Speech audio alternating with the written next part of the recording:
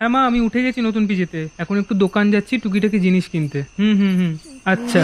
হ্যাঁ পাতার নূপুর পায় নাচিছে ঘূর্ণি বায়, জল তরঙ্গে ঝিলিমিল ঝিলিমিল ঢেউ।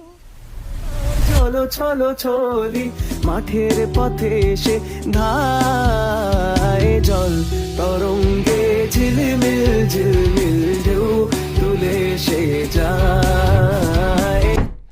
ধুর স্বপ্ন। দাদা 6 প্যাকেট শ্যাম্পুর পাতা দেবেন, একটা সাবান দেবেন, একটা সুজির প্যাকেট দেবেন। আচ্ছা শোনো, রাতে ওই রাস্তা দিয়ে আসবে না কেমন?